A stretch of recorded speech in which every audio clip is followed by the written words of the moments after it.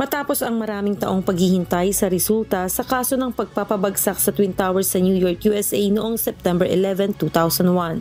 Sinabi ng defense lawyers ng umano'y mastermind na si Khalid Sheikh Mohammed at dalawa pa nitong kasama na sina Walid bin Atash at Mustafa Al-Hawsawi na inaasahan ang guilty plea ng tatlo kapalit ng lifetime imprisonment sa military commission sa Guantanamo Bay, Cuba sa susunod na linggo.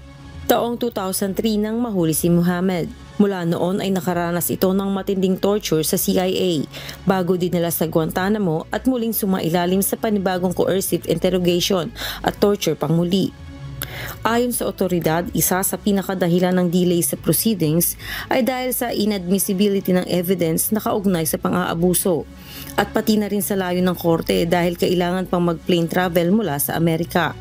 Samantala, tumanggi namang magbigay ng detalye ang Pentagon official sa detalye ng bargaining pleas para sa mga akusado.